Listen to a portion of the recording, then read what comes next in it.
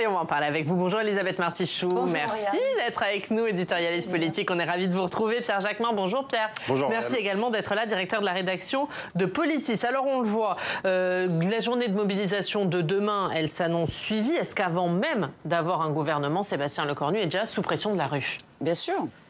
Bien sûr, il le savait d'ailleurs, puisque la journée était annoncée. Il y a eu le 10, qui était une entrée en matière, et puis demain, le 18, qui s'annonce extrêmement suivi. Ce sera quand même une date importante, parce que cet intersyndical va mettre beaucoup de Français dans la rue, dans un contexte où le sentiment d'injustice fiscale a gagné maintenant énormément d'esprit, et évidemment qu'on voit bien avec l'évolution par rapport à la taxe Zuckman que c'est un sujet que Sébastien Lecornu va devoir prendre très au sérieux. La droite commence à évoluer d'ailleurs sur le sujet. Donc oui, demain, un sujet très important. Marie-Lise Léon, ce matin, dans les colonnes du Parisien, rétablit noir sur blanc les exigences de la gauche, et on peut considérer qu'il faudra pour Sébastien Lecornu prendre cette, pas ces injonctions, mais ces demandes très fortes au sérieux. Et il y a aussi un enjeu de sécurité, malgré tout, pour Bruno Retailleau, qui est le ministre de l'Intérieur démissionnaire. On va voir, parce que le 10 septembre n'a pas été une journée de blocage, mais a été une journée où il y a eu quand même quelques désordres dans la rue. Les Français y sont sensibles. Et donc, pour Bruno Retailleau, c'est un test, lui, qui a un bilan qui est assez faible à l'intérieur. Journée de mobilisation pour Sébastien Lecornu. Alors, qui a fait le choix de recevoir les syndicats avant même de recevoir les oppositions? Est-ce que du coup, demain, il va devoir entendre ce message de la rue et des syndicats et leur répondre?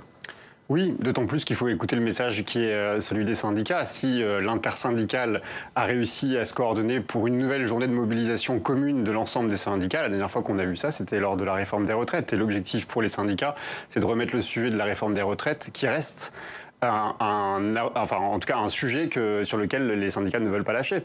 Et en cela, ils rejoignent les partis de gauche qui seront reçus aujourd'hui à Matignon. Donc ça donne un peu de force justement aux différents représentants de la gauche qui sont reçus par Sébastien Lecornu ce matin. Donc la mobilisation demain, oui, c'est un poids de plus. En tout cas, c'est une pression de plus qui pèse sur Sébastien Lecornu. Mais Elisabeth Martichoux l'a dit il y a un instant, c'est vrai qu'on le savait. Il y a eu la mobilisation du 10, il y a la mobilisation du 16. Il va aussi y avoir la mobilisation des agriculteurs la semaine prochaine, qui va pas être une tape aussi très simple. Il y a d'autres mobilisations qui sont annoncées pour la fin du mois. C'est un mois un peu compliqué.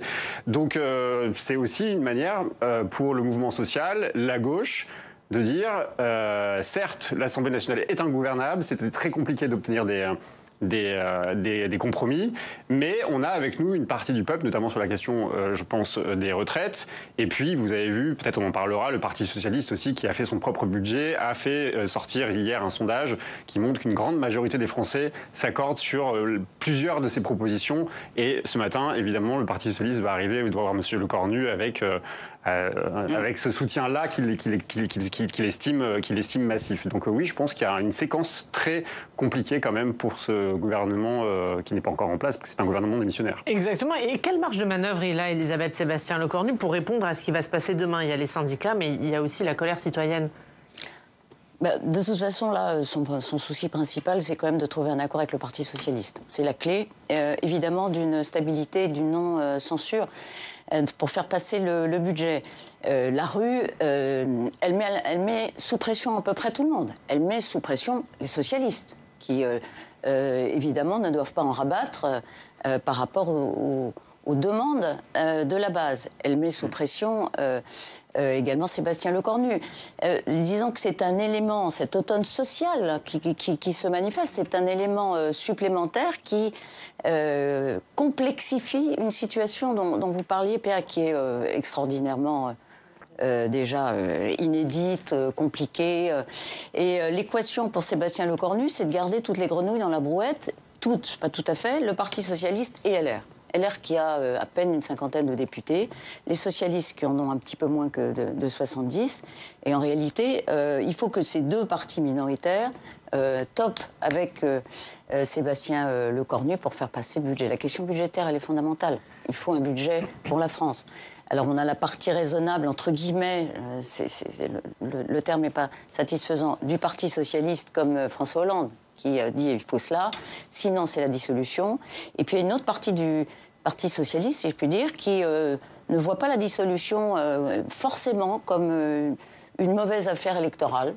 Donc le Parti socialiste est divisé. Olivier Faure ne sait pas exactement ce qu'il doit faire, je pense, entre les deux. Il est divisé et il est sous la pression et de la rue et de LFI. On a bien vu Olivier Faure, par parenthèse. L'histoire des drapeaux palestiniens sur les mairies prouve bien quand même qu'il est un peu sous pression de cette partie de la gauche qui a fait de la question palestinienne l'alpha et l'oméga du combat politique aujourd'hui. Et en mettant sur la table cette initiative avant le 22 septembre, la reconnaissance par la France de l'État palestinien, il est allé un petit peu plus loin que la ligne normale du Parti socialiste, j'imagine, parce que c'est très contestable comme initiative d'un certain point de vue. Donc, ce que je veux dire, c'est que le Parti socialiste, il est moteur, c'est la clé, mais c'est pas pour autant qu'il est très confortable, parce qu'il est soumis à plusieurs pressions contradictoires. Et Olivier Faure, il est là, il est au milieu de ça. C'est vrai qu'Olivier Faure, il a une difficulté, c'est que il a avec lui la machine du Parti socialiste. Il a réussi à remporter une nouvelle fois l'élection au poste de premier secrétaire, mais la ligne très divisé, hein. Bien sûr. Non, ce que je veux dire, c'est qu'il a la machine du Parti socialiste, mais il n'a pas forcément la ligne politique du parti. C'est-à-dire que moi, ce que je pense, c'est que Olivier Faure, lui, est presque convaincu qu'il faut aller à des élections législatives. Il a en tête le calendrier politique qui s'accélère, il va y avoir les municipales, et il pense que pour l'électorat, son électorat, l'électorat de gauche, il lui serait pas pardonnable de laisser la politique de M. Lecornu s'installer, ou en tout cas d'être celui qui va permettre à M. Lecornu de s'installer. C'est vrai pour le Parti socialiste, mais c'est vrai aussi pour le Rassemblement national. Si le Rassemblement national est aussi déterminé à vouloir aller vers des élections législatives anticipées, c'est parce qu'il a bien en tête que son électorat ne lui pardonnera pas de faire ce cadeau-là à la Macronie. Macron a choisi un macroniste, il a choisi le dernier des macronistes à la tête de Matignon, c'est pas pour mener une politique différente de celle qui a été menée par le passé. On s'interroge aujourd'hui, est-ce qu'une majorité est possible? En tout cas, est-ce qu'une alliance, un compromis est possible entre la droite et la gauche? Mais moi, je trouve qu'on oublie de faire de se rappeler ce qu'a été la promesse d'Emmanuel Macron. La promesse d'Emmanuel Macron en 2017, c'était et de gauche et de droite. Il n'a fait que du et de droite. Pourquoi changerait-il aujourd'hui? Donc je pense que ça va être quand même très compliqué. C'est vrai que ça se joue beaucoup autour du Parti socialiste, mais Elisabeth a raison. Je pense que le Parti socialiste est divisé à la fois sur la stratégie, mais aussi sur la ligne politique à adopter.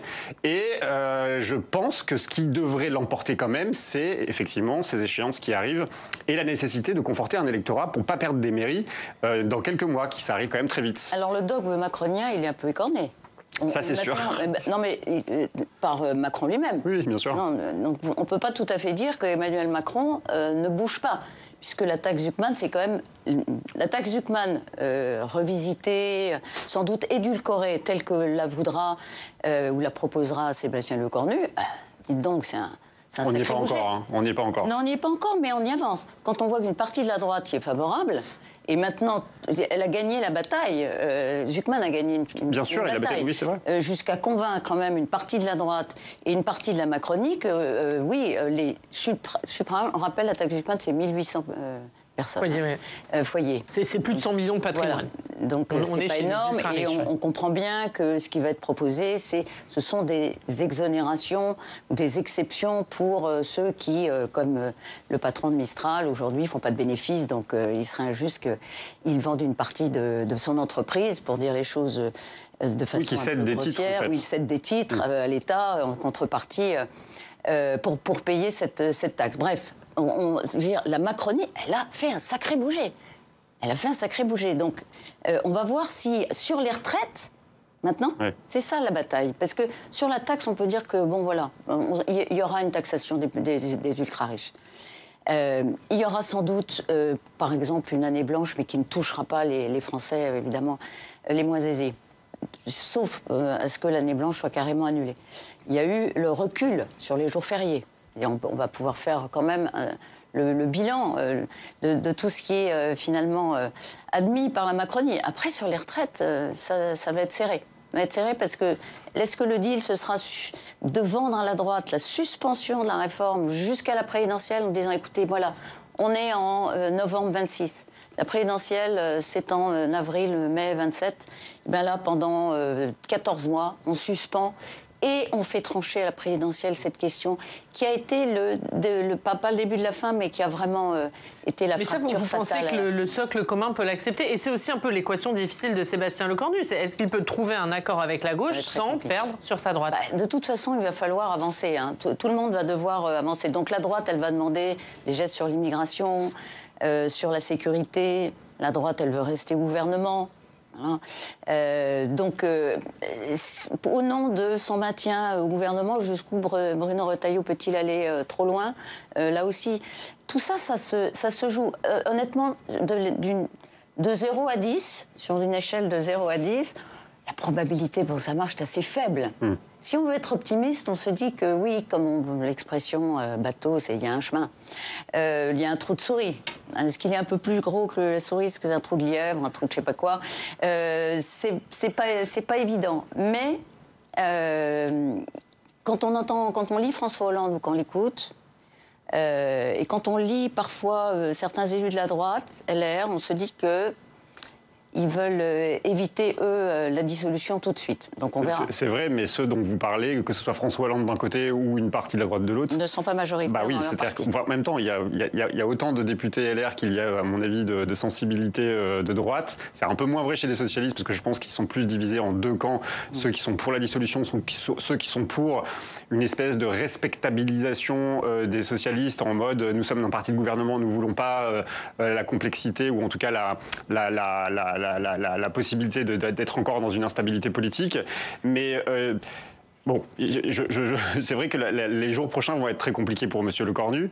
Ce que je pense, c'est que les bases de compromis sont vraiment quasiment impossible, y compris, je vous sens un tout petit peu optimiste sur la question de la taxe Zucman, parce que j'ai pas le sentiment qu'à droite, la taxe Zucman fasse vraiment l'unanimité, même si effectivement il y a des voix qui disent... J'entends des voix qui disent oui, évidemment, dans un contexte comme celui-là, on ne peut pas ne pas aller chercher l'argent chez les ultra-riches, et notamment ceux qui détiennent plus de 100 millions d'euros de patrimoine. Ça paraît logique d'aller chercher les 2%, et y compris d'ailleurs, j'entendais M. Béchu tout à l'heure que je trouvais pas très honnête, même si j'entends qu'il n'est pas franchement favorable à l'idée d'aller taxer les riches. Mais cette histoire de taxe Zucman, on entend tout et n'importe quoi, parce qu'on a l'impression qu'effectivement, qu'on va aller faire les poches des chefs d'entreprise qui eux-mêmes parfois n'arrivent pas à se rémunérer. Et c'est vrai, je pense qu'il y a des gens qui montent des startups, qui créent une entreprise, qui créent de la valeur et qui n'arrives pas à se rémunérer. Et pourtant, leur entreprise pèse parfois des milliards. Mais ce que propose la taxe Zucman, c'est d'aller chercher du titre, c'est de céder des titres à l'État ou aux salariés. C'est aussi une manière de conforter la question de la démocratie dans l'entreprise. Ça répond à deux choses. C'est un partage du pouvoir et c'est un partage des richesses, la taxe Zucman. Si vous avez une entreprise dont vous détenez une partie du capital et que l'État, parce que vous n'avez pas de bénéfice, donc vous ne pouvez pas être taxé, vous demande de lui céder une partie du capital. Une partie du capital. 2% du capital. Et les investisseurs, mais qu'est-ce qu'ils se disent? Alors, c'est l'État ou les salariés. Ce que je trouve assez intelligent, d'ailleurs, dans la taxe Zucman, c'est que l'idée, c'est aussi que les salariés puissent être détenteurs du capital de l'entreprise. C'est pour ça que je trouve que c'est intéressant, parce que c'est deux logiques. C'est une logique démocratique de l'entreprise, c'est on partage le pouvoir dans l'entreprise et on partage les richesses.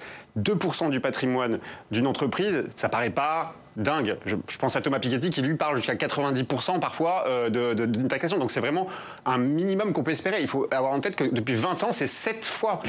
Les 500 plus grandes fortunes ont multiplié leurs chiffres par 7 en 15 ans. C'est colossal. Oui, je comprends bien votre question un peu philosophique du partage de la valeur, mais pourquoi ne pas prendre la taxe Zucman? On est dans une nécessité de trouver des compromis. Bien sûr. Et d'exclure dans la taxe Zucman toutes les entreprises qui aujourd'hui, effectivement, ne sont pas en situation de rémunérer leurs actionnaires.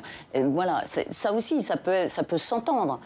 Dans un contexte où, encore une fois, le taux de prélèvement obligatoire est déjà le plus élevé au monde. Donc n'oublions pas tous ces paramètres avant d'essayer de trouver des systèmes qui... Non, mais Elisabeth, vous avez raison. Moi, ce qui me frappe, et d'ailleurs j'entends beaucoup dans les débats qu'on a en ce moment, les Français détestent les riches, etc. On fait un numéro cette semaine dans Politis d'ailleurs, on dit non, les Français ne détestent pas les riches, ils ont une soif, ils ont une exigence d'égalité. Et le problème, c'est qu'aujourd'hui, la question fiscale est un problème de mauvaise gestion, de mauvaise répartition de l'effort. Et c'est vrai qu'aujourd'hui, on voit que l'ensemble des Français sont taxés taxés à quasiment 50% d'une manière générale, que ce soit la TVA, l'impôt sur le revenu, quand les grandes fortunes échappent à cet impôt et sont taxées de l'ordre de 25%. Et un Français sur deux ne paie pas l'impôt sur le revenu. Oui, mais ils payent la TVA. Oui, Elisabeth, bien sûr, vous savez je ne dis pas qu'ils sont prélevés. Je dis le problème, qu'il y a un problème l'effort. Le problème d'assiette à tous les étages. Exactement. Voilà. Et donc, ce serait évidemment nécessaire d'avoir ce débat dans le cadre de la présidentielle. On espère que ce sera le cas définitive. Malheureusement, souvent, les présidentielles se jouent sur des questions beaucoup plus passionnelles. Et le temps de la pédagogie n'est pas celui de l'élection présidentielle. C'est évidemment une question qu'il faudrait refondre totalement. Mais depuis le temps qu'on réclame la réforme fiscale, ça fait 20 ans qu'on parle de la réforme fiscale. Et donc aujourd'hui, on est conduit à des caricatures. Et c'est pour ça qu'aujourd'hui, Sébastien Lecornu reçoit donc les partis de gauche à Matignon, parmi eux les écologistes. On va écouter quel est l'état d'esprit de Marine Tondelier, la patronne des écologistes, invitée ce matin de TF1. J'y vais avec beaucoup de scepticisme. Je ne veux pas vous faire semblant que je vais à ce rendez-vous en disant vraiment je pense qu'il va nous éblouir. Je sais pourquoi il est là. Il est là parce qu'Emmanuel Macron a décidé de ne pas changer de cap politique. S'il avait voulu une rupture politique, il n'aurait pas mis Sébastien Lecornu. Donc j'ai passé l'âge de croire au Père Noël, voyez-vous, mais nous allons le rencontrer car nous sommes des républicains et nous allons le rencontrer parce qu'il est Premier ministre et que dans ce pays, il n'y aurait rien de pire que l'incommunicabilité, c'est-à-dire le moment où, avec les gens avec qui vous n'êtes pas d'accord, et il y en a beaucoup, on n'arriverait même plus à se parler et à se dire entre un Premier ministre et un groupe parlementaire et une force politique sur quoi nous ne sommes pas d'accord et comment nous avançons. Est-ce qu'il peut ressortir autre chose qu'une simple discussion républicaine ? Non. Alors, Marine Tondelier, elle a cela, en tout cas sa qualité, c'est effectivement de ne jamais refuser, au nom du républicanisme de son parti, le principe de la discussion. Pour le reste, elle a basculé. Elle a basculé du côté de LFI dans ce contexte-là politique. Donc il n'y a qu'avec le PS que Sébastien Lecornu peut éventuellement trouver quelque chose. Bien sûr. Il n'y a que le Parti socialiste qui accepte encore de discuter sur le fond.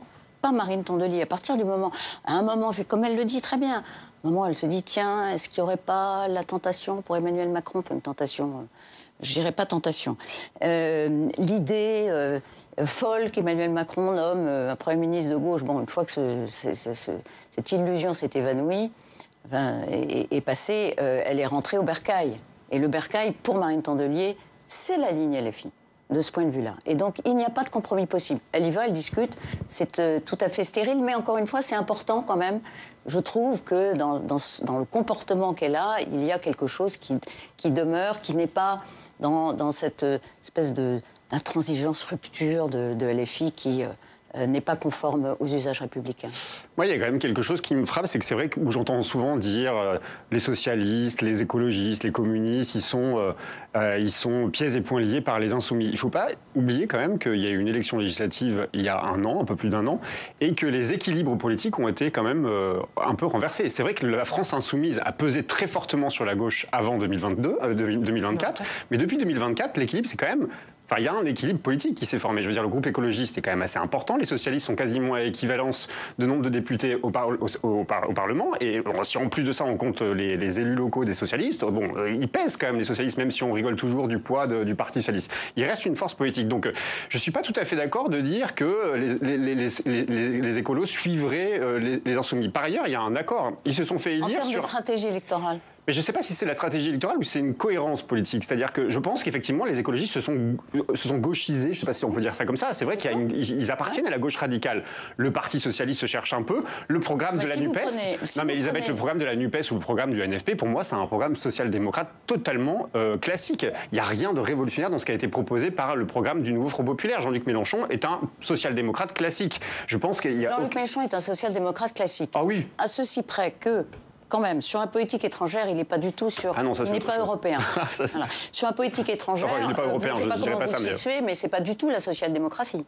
C'est pas, en tout cas, dans la ligne, mais la social-démocratie, ça n'est pas de la politique étrangère, mais il n'y a pas du tout, évidemment, les mêmes alliances. Non, quand je dis un social-démocrate classique, c'est sur les questions économiques, sur les questions sociales, sur les questions de transition énergétique. Ils ont un programme social-démocrate. Pour des ruptures institutionnelles fortes, avec une 6e République qui n'est pas social-démocrate. Donc qu'est-ce qui lui reste de social-démocrate, sachant que par ailleurs son programme économique économique est plutôt du côté de l'étatisme, de l'interventionnisme, etc., qu'est-ce qui lui reste de social-démocrate? Je comprends pas. Moi, je pense que le programme économique de Jean-Luc Mélenchon, l'augmentation des salaires, y compris... Alors là, vous avez raison, c'est qu'on ne sait pas plus du tout ce que c'est que la social-démocratie, donc on peut y mettre n'importe quoi. Mais là... D'abord, il vient de là. Il vient quand même du Parti socialiste. Oui. Je pense que quand on analyse vraiment le programme qui a été celui de l'avenir en commun, qui était celui de Jean-Luc Mélenchon, ou même celui du NFP qu'on dit être le programme de la France insoumise, vous regardez toutes les mesures économiques, mais même au moment du programme commun de Mitterrand, c'était pas aussi radical. Enfin, mais le programme commun était parfois plus radical dans ses intentions. Ce que je veux dire, c'est que le programme économique, le programme social de Jean-Luc Mélenchon, oui, pour moi, il n'y a rien. Enfin, je veux dire, la retraite à 60 ans. Est-ce que le Parti socialiste réclame le retour à la retraite à 60 ans? Plus aujourd'hui, mais qui a fait la retraite à 60 ans? Ah ben malheureusement. C'est François Mitterrand. Voilà. Donc voilà, il y a rien. Ce que je veux dire, c'est qu'il n'y a rien de révolutionnaire. Elisabeth, on crée 3 fois moins de richesses à l'époque de 80. Donc aujourd'hui, on en crée plus. Du PS de 1980. Je ne le souhaite pas. Ce que je dis, c'est qu'on crée 3 fois moins de richesses en 1980 qu'on en crée aujourd'hui. Donc on doit bien pouvoir trouver. Vous savez bien qu'il y a plusieurs facteurs qui expliquent ça. Alors Sébastien Lecornu, il reçoit les partis de gauche aujourd'hui, mais pas que. Il reçoit également le Rassemblement national. Est-ce que vous arrivez, Elisabeth, à y voir clair sur aujourd'hui la stratégie du Rassemblement national de Marine Le Pen? Y voir clair, en tout cas, si, c'est très clair. Maintenant, ils sont basculés du côté de la force de la dissolution. C'était spectaculaire quand même, parce qu'on est passé d'une ligne avant l'été, oui, on va lui laisser sa chance, et puis avec en plus la nomination d'un Sébastien Lecornu dont on sait qu'il avait noué des relations, je ne veux pas dire des alliances, mais que Marine Le Pen et Sébastien Lecornu se connaissent, se sont parlé, donc ils savent très bien à qui ils ont affaire. Là, c'est dissolution. Dissolution à tous les étages. Tous les porte-paroles du Rassemblement national qui vont sur les plateaux, ils sont assez nombreux, ont le même... vous direz, c'est la verticalité du message au Rassemblement national, mais ils disent tous la même chose. Donc, ensuite, pourquoi? Parce que, dans le contexte, Marine Le Pen, d'abord, elle n'a pas perdu du tout... n'a pas perdu un cheveu, si je puis dire, depuis qu'elle a été condamnée. On rappelle qu'elle a fait appel. Mais dans l'opinion, elle est dominante. C'est le premier parti de France. C'est le parti qui arrive en tête très largement dans tous les sondages d'opinion. Et que donc, elle joue la carte de Matignon. Et si ce n'est pas Matignon, ce sera la présidentielle. Si ce n'est pas la dissolution, c'est le départ d'Emmanuel Macron. Elle veut pousser Emmanuel Macron à démissionner. À dissoudre et sinon à démissionner parce qu'elle est sûre de gagner et qu'elle a soif de pouvoir et que les électeurs ne se dévient pas, quelles que soient les turpitudes du Rassemblement national. Et donc elle joue sa carte, Marine Le Pen. Elle est pressée, elle a perdu 3 présidentielles. Elle en voit une, elle voit la victoire, elle sent la victoire. C'est l'écurie, vous savez, c'est les chevaux qui sentent la victoire et donc elle le veut maintenant. Et en plus, elle a trouvé des recours juridiques, elle travaille beaucoup avec ses conseils pour imposer sa candidature à la présidentielle. Et d'autant que la censure, socle commun plus Parti socialiste, ça ne fait pas 289 députés. Ça veut dire que Marine Le Pen, elle pèse? Bien sûr qu'elle pèse. Et souvenez-vous, avant la chute de Michel Barnier, le Rassemblement national n'était pas franchement emballé à l'idée de participer d'une censure de M. Barnier. Le Rassemblement national a été pressé par son électorat. Vous aviez beaucoup de députés du Rassemblement national qui disaient en circonscription, nos électeurs ne comprennent pas qu'on maintienne en l'état ce gouvernement et qu'on soit ceux qui participent justement de le maintenir. Et aujourd'hui, je pense que le Rassemblement national est un peu dans la même situation et il l'est d'autant plus qu'il y a des mobilisations sociales qui sont soutenues par l'électorat du Rassemblement national. Le mouvement Bloquons tout, la semaine dernière, était très largement, les sondages le montraient, très largement plébiscité par les électeurs du Rassemblement national. La mobilisation de demain, pareil, les mots d'ordre qui sont ceux de la mobilisation de demain, l'électorat de Marine Le Pen, il est plutôt favorable. Donc Marine Le Pen est pressée par son électorat. Donc c'est vrai que compte tenu de l'agenda qui arrive, les municipales en plus aidant, ils veulent à tout prix aller vers la dissolution. Et voilà, aujourd'hui, ils sont plus dans une forme de compromis ou d'aller chercher un accord de non-censure avec M. Lecornu. Ils sont véritablement engagés, déterminés à aller à la dissolution. C'est en cela, on le disait tout à l'heure, que le Parti socialiste reste le principal allié, ou en tout cas celui qui va aller chercher, que va aller chercher M. Lecornu pour essayer d'éviter de tomber. Parce qu'effectivement, sans les socialistes, même un vote du Rassemblement national avec le reste de la gauche, ça ne fait pas tomber M. Lecornu. Il y a un paradoxe, c'est que ce parti de l'ordre on pourrait dire il est pour le désordre parce qu'il est pour la dissolution. Mais aujourd'hui, les Français, qui effectivement sont majoritaires à 61% selon un récent sondage IFOP pour la dissolution, ils savent maintenant, ils ont compris. Ils ne suivent pas tous les débats, hein, ils sont très loin de ça, mais ils ont compris quelque chose, c'est que la succession de Premier ministre à Matignon, ce n'est pas la stabilité, parce que le Parlement, effectivement, est un risque permanent de dissolution, de censure. Et donc, paradoxalement, les Français, la stabilité, ils la veulent par la dissolution. La dissolution, ça n'est plus un facteur de désordre pour les Français, c'est un facteur de remise en ordre. Et le Rassemblement national, donc, c'est une espèce de syllogisme, le Rassemblement national est aussi pour la dissolution. Avec aucune garantie d'ailleurs de clarification des équilibres politiques au sein du Parlement. C'est ça qui est... Mais parce qu'on ne sait pas ce que c'est le Front républicain va devenir. Merci. Ça va. C'est ça. C'est un autre sujet. Merci beaucoup à tous les deux. Et on termine avec l'histoire du jour qui nous emmène dans le Perche avec une réponse originale et pratique à la fermeture des bureaux de poste. Est-ce que vous savez, Pierre-Élisabeth, où les habitants de Saint-Marc-de-Rhénaud trouvent désormais leur bureau de poste ? C'est marqué à la ferme. À la ferme. Bravo. Elle a un petit peu triché, Elisabeth, mais elle a raison. Dans une ferme. C'est à la ferme de Chaloué. Et c'est la première fois dans l'Orne que la Poste installe un guichet dans une ferme. Alors, comment on en est arrivé à cette idée ? Le restaurant a fermé, le dépôt de pain a fermé, et c'est celui-ci qui servait de bureau de poste. Alors, la commune ne compte plus aucun commerce. Les agriculteurs ont donc accepté la proposition de la Poste pour maintenir un service public. Et en contrepartie, ils touchent un forfait mensuel de la part de la Poste. Et c'est gagnant-gagnant, puisque les habitants ont un service public à proximité, mais la fréquentation de la ferme augmente d'un tiers et une fois sur deux, les clients qui viennent déposer leur colis, ils consomment et ils repartent donc avec un autre colis et des produits. De quoi inspirer peut-être d'autres zones blanches. Merci. Génial. Et alors on va déposer sa lettre. Ouais. Et on repart avec des produits de la ferme. Et on va acheter des timbres en même temps que des produits. On peut tout faire. Génial. Merci beaucoup. Merci à tous les deux. Merci à tous de nous avoir suivis. On se retrouve demain. Très bonne journée.